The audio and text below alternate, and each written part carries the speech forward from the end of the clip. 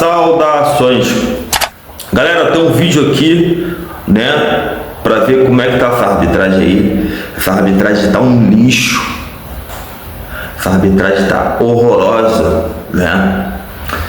Já vou trazer logo esse vídeo aqui, né, pra vocês, sobre o pênalti escandaloso que deram para o Palmeiras ontem, né? O próprio o ídolo dele, né, o Marcão, goleiro, ele falando aí sobre o eu tenho visto algumas coisas nas redes sociais, tem alguns torcedores palmeirenses que falou que foi pênalti. Eu vou ser bem claro para vocês, vou ser bem sincero para vocês. Aqui não foi pênalti, não foi mesmo, né? Já lhe peço a inscrição de vocês, que você possa se inscrever no canal, né? E o like, que é muito importante, né? Que vocês possam deixar o like de vocês e compartilhando esse vídeo aí para as redes sociais de vocês, né? Facebook, WhatsApp, né? O grupo, e ative o sininho das notificações, entendeu? Eu vou colocar aqui um vídeo, né? Cara, eu nem sei o que falar, mano. Rapaz, tá complicado essa arbitragem aqui no Brasil, né? Pra chegar o próprio líder, o líder não, o ídolo deles, Marcão, goleiro, né? O pentacampeão da seleção brasileira, pra chegar e falar, desabafar. É muita sacanagem, cara. Muita sacanagem. E outra coisa, hein? Já reparei nisso, que a maioria dos clubes que estão sendo prejudicados são os clubes do Nordeste, né? Não sei o que é. Mas aí, ontem o esporte foi prejudicado mesmo, né? Ficou nítido que aquele não foi pênalti, né? E vamos ver como é que vai ser daqui para frente, né? Vamos ver. Ontem também teve outro erro de arbitragem, né? Do Internacional contra o Cruzeiro. Eu não sei o que está acontecendo, cara. Não sei o que está acontecendo. Sinceramente, eu não sei o que está acontecendo. Está tendo muitos erros de arbitragem. Ou será que é para favorecer alguns clubes da CBF?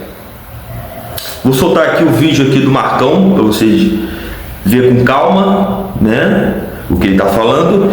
E logo depois eu vou colocar um vídeo do tal do pênalti, né? Que não foi pênalti, né? Vamos ao vídeo.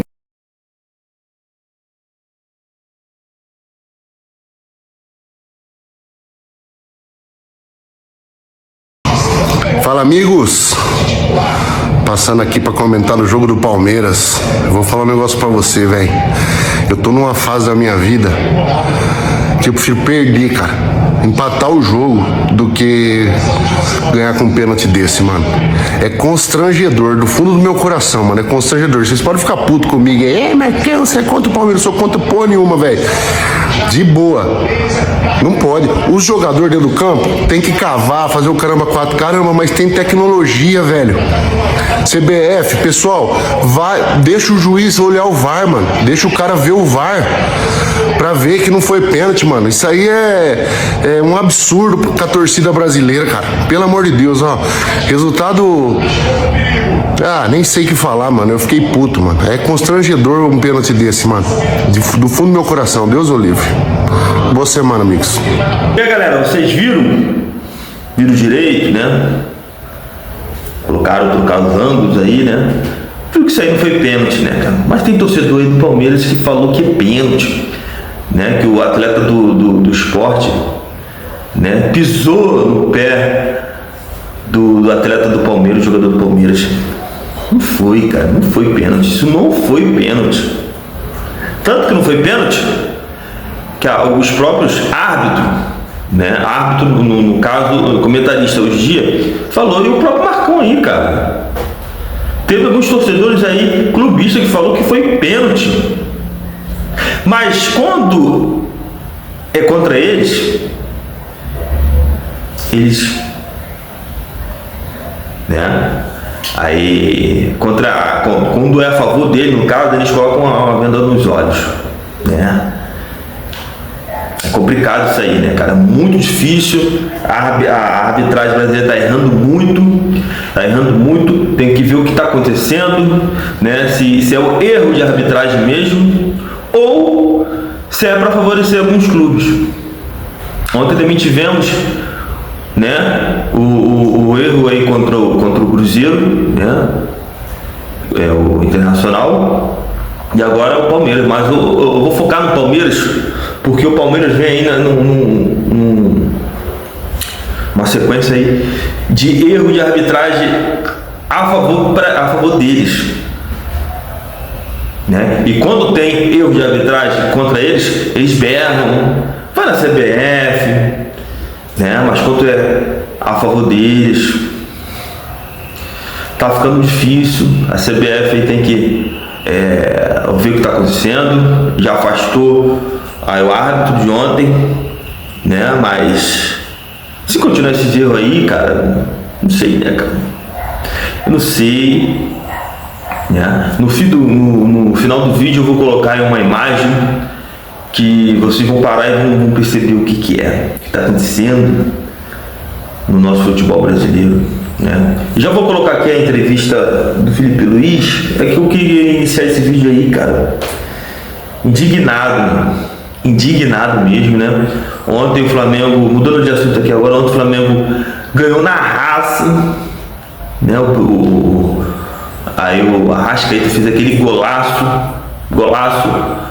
né? O Bruno Henrique, como sempre, né, cara? O Bruno Henrique aí sempre salvando o Flamengo, né? O Flamengo ganhou de 2-1 e foi um jogo teoricamente difícil, né? Que a maioria dos times que joga contra o Flamengo, eles querem montar querem colocar um ônibus na zaga, né? Aí fica muito difícil.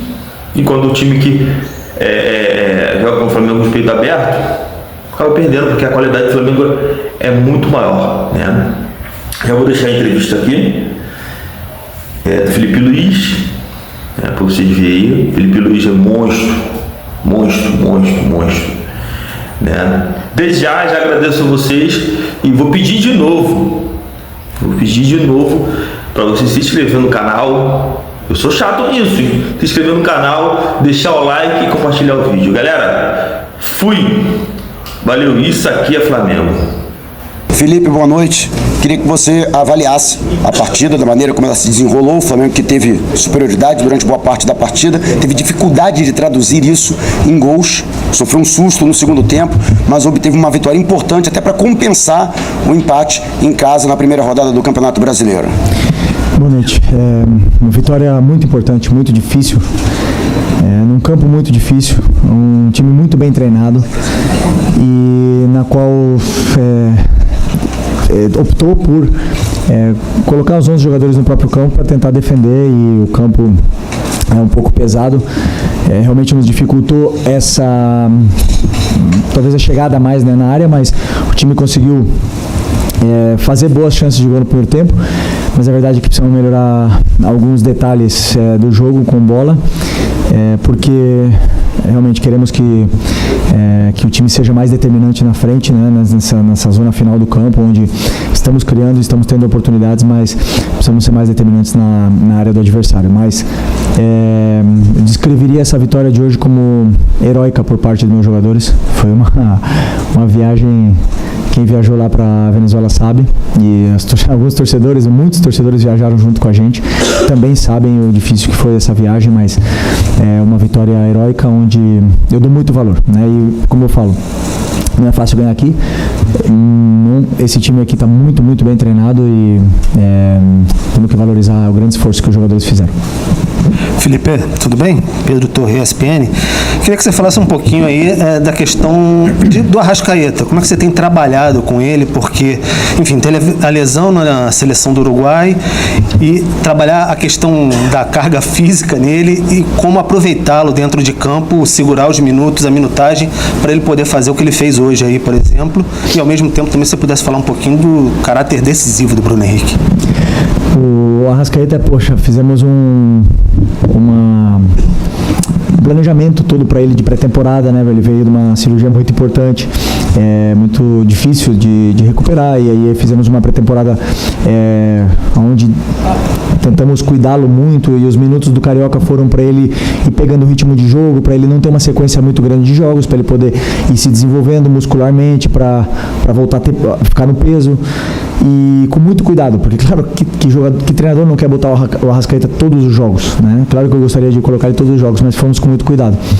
E o que aconteceu foi que o Arrasca fez uma grande final contra o Fluminense e foi para a seleção. E infelizmente aí a gente perde o controle, são metodologias de treinamento diferentes, não estou dizendo nenhuma melhor, nenhuma pior, são metodologias diferentes, onde o corpo do atleta geram adaptações a essa nova metodologia de trabalho, de treino, uma coisa que a gente não controla, e lá ele sentiu o adutor. É uma lesão mínima que deu condição de estar hoje disputando esse jogo tão importante, mas ao mesmo tempo eu tenho que cuidar, porque quando o jogador ele vai para a maca, ele descondiciona, então tem que cuidar com os minutos, tem que agora cuidar com as sequências, mas claro que essa versão do Arrascaeta é muito importante pra gente, porque ele é muito determinante na área, ele é muito diferente. E o Bruno Henrique, eu vou falar pra vocês do Bruno Henrique, de sempre, é um cara que também voltou de lesão, jogou o primeiro jogo já de titular contra o Inter, jogou de titular depois de uma viagem, uma odisseia, e hoje estava exausto, né? Realmente ele não estava nas condições de começar o jogo, me informou isso, como outros atletas também não estavam, só que a diferença é essa, são jogadores que quando entram dão o máximo, o melhor para o Flamengo e acabam decidindo um jogo que estava difícil. Felipe, boa noite. Letícia de Almeida, Fla-Azul TV. Você falou sobre valorizar, né, esses dois resultados depois de uma viagem tão desgastante. Eu queria saber o que você pode tirar de positivo desses 3 pontos conquistados na Libertadores, 3 pontos conquistados no Brasileiro, numa realidade complicada que foi a viagem tanto para a Venezuela e para cá, e também o que você tira de aprendizado para os próximos jogos evoluir do time, além de querer saber se o Pedro vai estar à disposição no próximo jogo. Sempre, cada jogo que a gente joga, não digo que é um aprendizado, mas o jogo é um guia. O jogo é um guia de onde a nossa equipe ela deve ser corrigida, onde a gente deve evoluir, os pontos a trabalhar, e eles vão dando pistas, né? Esses jogos eles vão dando pistas pra gente. O jogo da Venezuela foi um jogo onde foi atípico, né? Porque vocês já sabem, e também pelo adversário que nos colocou em dificuldades, e aí sempre que o time não performa da melhor forma, ou se as coisas não fluem, sempre, como eu falei para vocês, sempre vou falar, o treinador que é responsável por essa performance. Então, se o time não performou na Venezuela, foi culpa do treinador. Por mais que tenha viagem no meio, por mais que tenha um monte de coisa que aconteça, sempre eu penso, né, ainda mais porque eu sou jovem, que poderia ter feito melhor, e aí durante esses dias a gente analisa para poder corrigir. Hoje também fizemos coisas muito boas, o Vitória não chegou nem perto de tirar a bola no primeiro tempo da gente, mas sim e controlamos bem os contra-ataques, tivemos várias chances de gol, mas também tem coisas a melhorar. Por exemplo, a velocidade de circulação de bola foi lenta, e são vários detalhes que a gente pode ir aprimorando durante os próximos dias em vídeos e em treinamentos no campo. Então, esse é a aprendizagem que você falou, né? Aprendizado que fica, mas constante melhora sempre. Os comportamentos se perdem. E o Pedro, vamos ver, tem que falar com o doutor, mas eu acho que falta pouco. Desculpa, você ia falar? Não. Filho, tudo bem? Boa noite, Gabriel, canal Paparazzo Rubro Negro. Filho, queria te perguntar sobre o Nico. O Nico de la Cruz, que mais uma vez fez uma grande partida, mas muitos torcedores enxergam que ele, enquanto ainda não tem nenhuma contratação, pode ser uma opção para ser o reserva do Arrascaeta, jogando um pouco mais avançado, deixando de ser segundo volante, tendo Eric e Everton Araújo ou Eric e Alan. Queria saber se você enxerga, se tem essa possibilidade do Nico jogar um pouco mais avançado, como ele chegou a fazer algumas vezes no River Plate. Obrigado. Pode. Jogou na seleção do Uruguai ali. Eu acho que não é o melhor lugar para ele, eu acho que não é a melhor performance dele, seria quebrar um galho. E para isso, eu penso que aonde funciona, e onde está, talvez seja a melhor dupla de volantes, do Brasil, ou uma das melhores do mundo, essa dupla de volantes. 2 jogadores no seu auge, tanto físico como de conhecimento, de entendimento de jogo, se compenetram e se entendem muito bem. Eu não vou desmanchar isso aí por uma improvisação. Então, penso sempre em manter o que dá estabilidade ao time, o que dá controle ao time, e depois lá na frente as características dos jogadores são diferentes. Tem jogadores que são mais aceleradores, tem jogadores que são mais verticais, outros que são mais controladores, e eu tenho que tentar achar soluções. Não vou acertar sempre, mas em função dos adversários eu imagino um plano de jogo e trabalho em função desse plano com as características dos jogadores que eu tenho. Boa noite, Felipe. Lorena Vinha, do Mosaico Esportivo. Após essa vitória de 2-1 contra o Vitória aqui no Barradão, quais aspectos de desempenho você destacaria que foram fundamentais para essa virada do Flamengo, considerando a dificuldade de jogar fora de casa? Primeiro, como eu falei, eu destacaria como heróica, porque a gente percebe nos detalhes dos jogadores como eles se comportam quando vão pressionar, quando eles chegam. Um jogador fresco, ele chega, o timing de pressão é exato, né? E hoje a gente via que estava um pouco um segundo atrás, né? E isso está relacionado justo à parte física de alguns jogadores, com que essa engrenagem muitas vezes não funciona da melhor maneira. E a gente percebe isso. Então, por isso eu qualificaria essa vitória como heróica nesse sentido físico do esforço que esses jogadores fizeram, não só pela viagem, senão muitos voltando de lesão e estando no tempo parado. Depois, o time melhorou um aspecto que eu gostei bastante do jogo contra o Inter, foi que não perdeu a estrutura e a organização ofensiva em nenhum momento. Todos os jogadores se mantiveram nas posições. Passamos por um momento difícil no segundo tempo, onde o adversário encontrou um gol de fora da área, que eu sempre digo para os meus jogadores, se for para fazer dali, que faça, culpa minha. Ali, a gente não consegue defender tudo, mas se chutar de fora da área e fizer um gol, ou se for que nem acontece um desvio e o jogador acertar, parabéns para eles, a gente aplaude e vamos reagir. E eu senti que depois mesmo com o cansaço, depois do gol, o time manteve a estrutura, os jogadores mantiveram as posições, os espaços apareceram e a qualidade deles também. E aí a gente conseguiu fazer a vitória, fazer o gol da vitória. E uma vitória muito difícil, muito importante pra gente. Obrigado. Felipe, fugindo um pouco aqui do contexto do jogo, vou te fazer uma pergunta que é para uma pauta especial de Libertadores, né? O Renato Gaúcho é o único que foi campeão como jogador e como técnico, né? Você já foi campeão como jogador, tem a possibilidade aí, né, e é uma meta ser campeão da Liberta como treinador. Isso mexe com você, é algo muito difícil de acontecer, né? Só tem o Renato que conseguiu isso. Pois é. São poucos. Eu sinceramente não estou pensando nisso agora, nesse momento, né? A gente só pensa no troféu, na possibilidade, na história, quando chega na final. No momento eu estou pensando ainda não, né? Mas quando chegar em casa amanhã eu vou pensar no próximo adversário, que é o Central Córdoba, né? Central Córdoba. E a partir daí começar a estudar o próximo adversário e ver como poder ganhar. Só de estar liderando esses jogadores desse nível, liderando uma nação e tentando representar o torcedor e tendo essa comunhão com eles, que eu sinto que não só eu, senão os jogadores também têm, para mim já é um troféu, para mim já é um título.